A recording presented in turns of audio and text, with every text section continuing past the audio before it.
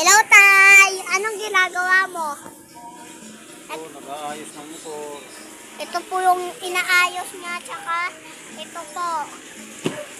Okay? May. Diyan o. Yan. Ito, sa pinakailalim yan. Ano yung tinutusok ni tatay yung parang ano? Lalapit yung ako.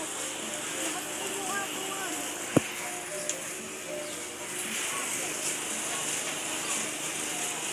Maramasa. Domo ta. Kasama kami na. Pwede pa. Kasama.